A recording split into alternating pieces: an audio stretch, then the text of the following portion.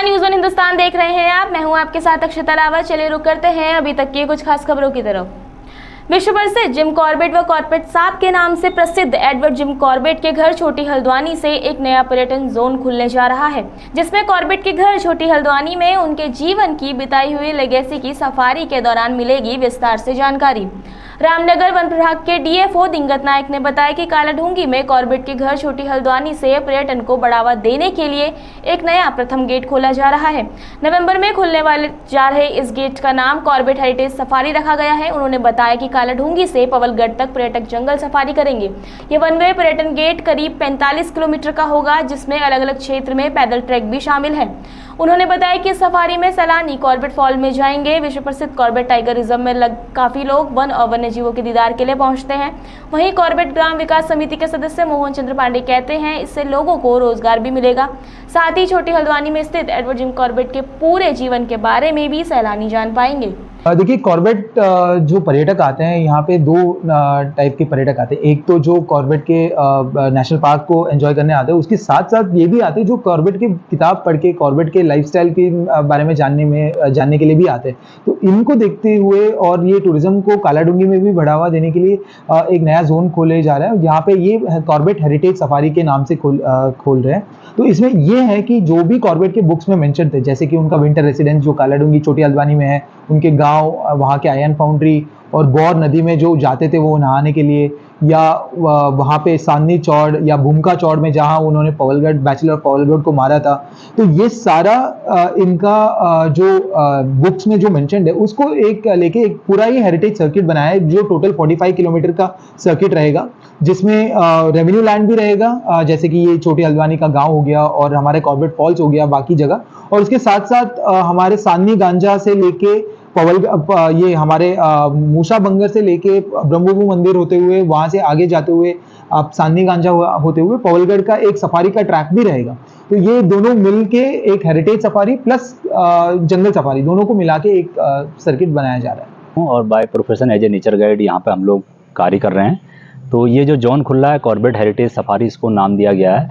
2001 में इको पर्यटन यहाँ पर शुरू हुआ, तो इको पर्यटन के तहत वन विभाग के द्वारा यह जोन यहाँ पर खोला जा रहा है। तो ये अपने आप में यूनिक सा जोन है। इसमें जो है जिम कॉर्बेट की जो कहानियाँ हैं, जो जिम कॉर्बेट अपने किताबों में लिखा हुआ है, चाहे जंगल लॉर पढ़ लें या माई इंडिया पढ़ लें या मैनिटोस ऑफ कुमाऊं पढ़ें, उसमें बहुत सारी कहानियाँ लिखी हुई हैं यहाँ के जंगलों की।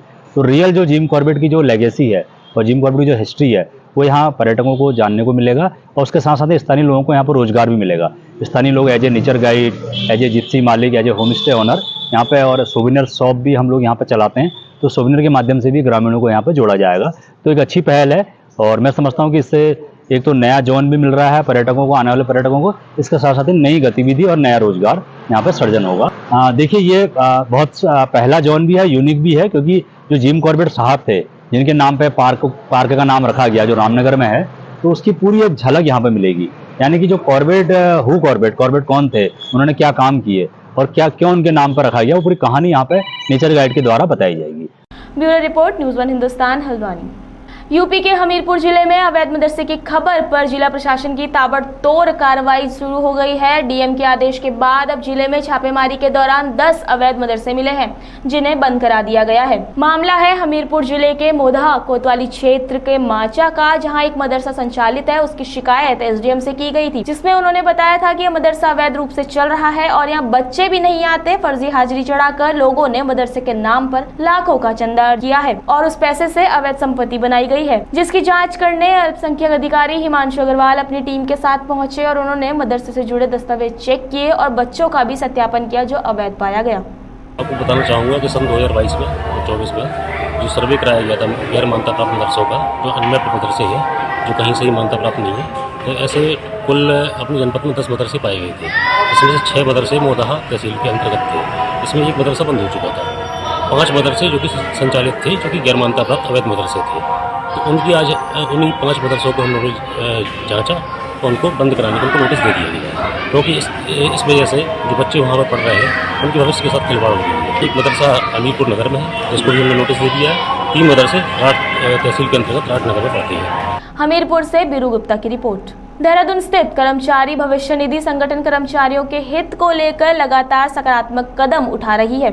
खासकर मजदूर वर्ग कर्मियों को भविष्य निधि संगठन मुख्यालय में हर संभव बेहतर सुविधाएं मुहैया करा जा रही है।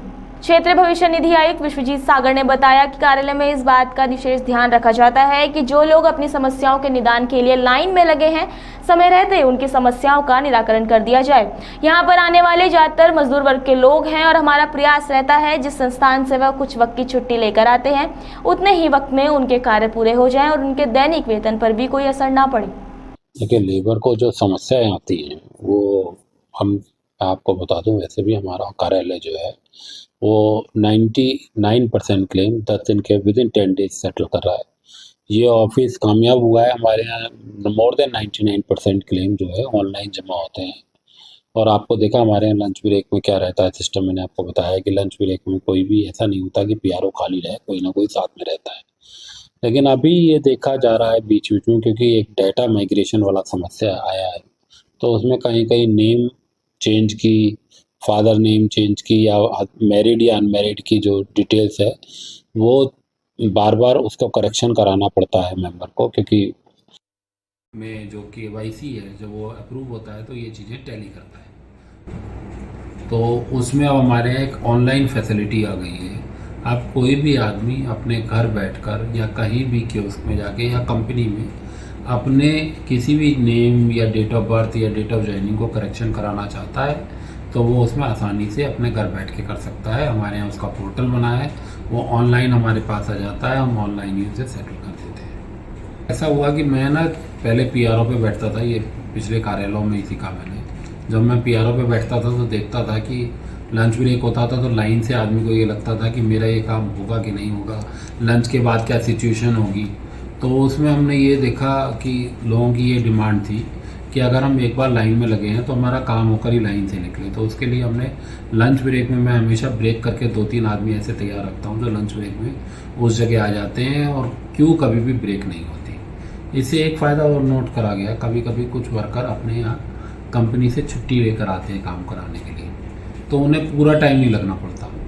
वो कंपनी से बोल देते हैं 2-3 घंटे में सर हम अपना काम कराने आ रहे हैं, 2-3 घंटे के लिए आते हैं और उसी के बीच में वो काम उसका ख़त्म हो जाता है। तो उससे उसकी जिसको कहते हैं दिहाड़ी या जो वर्क डे है वो भी वेस्ट नहीं होता और कंपनी के काम भी नहीं रुकता है। Bureau report, news 1 Hindustan, Dehradun. Jansangharsh Morcha अध्यक्ष एवं GMVN के पूर्व उपाध्यक्ष रघुनाथ सिंह नेगी ने कहा कि गत वर्ष उद्यान विभाग में हुए करोड़ों रुपए के घोटाले के मामले में भ्रष्टाचारियों को बचाने के लिए कृषि मंत्री गणेश जोशी का उच्च न्यायालय के फैसले के खिलाफ और सुप्रीम कोर्ट में SLP दायर करवाना बहुत ही बड़ी सांठगांठ की तरफ इशारा करता है। रघुनाथ सिंह नेगी ने तंज कसते हुए कहा कि क्या उद्यान मंत्री और उनकी टीम विदेश सैर सपाटा करने, भ्रष्टाचार में PhD करने को गई थी। सवाल यह है कि मंत्री ने सरकार को आत्मघात करने जैसा कदम उठाने को क्यों मजबूर किया। इस भ्रष्टाचार में मंत्री गणेश जोशी की मिली भगत स्पष्ट रूप से दिखाई दे रही है, जिसके आधार पर उनको बर्खास्त किया जाना चाहिए। विभागीय मंत्री, कृषि मंत्री समझ लीजिए गणेश जोशी जी, उनकी सबकी मिली भगत से इस काम को अंजाम दिया गया।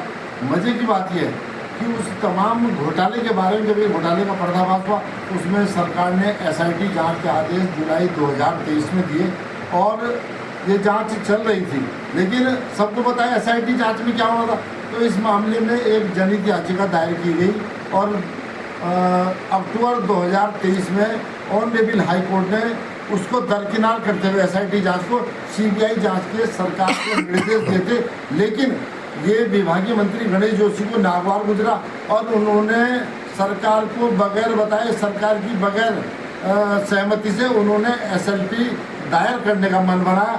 जब SLP दायर करने के लिए उन्होंने न्याय विभाग से मत मांगा कि आप इसमें अपना रुख बताइए, तो न्याय विभाग ने स्पष्ट कहा कि SLP में जाने का कोई ठोस आधार नहीं है और सरकार अगर चाहती है तो अपने जोखिम पे कर सकती है। यानी ये बिल्कुल किसी भी सूरत में, क्योंकि भ्रष्टाचार का मामला था, इसमें सरकार SLP में जा रही है और इसको किसने भेजा? मंत्री गणेश जोशी जी ने सरकार को भी वहाँ फजीयत कराई SLP में जाकर के।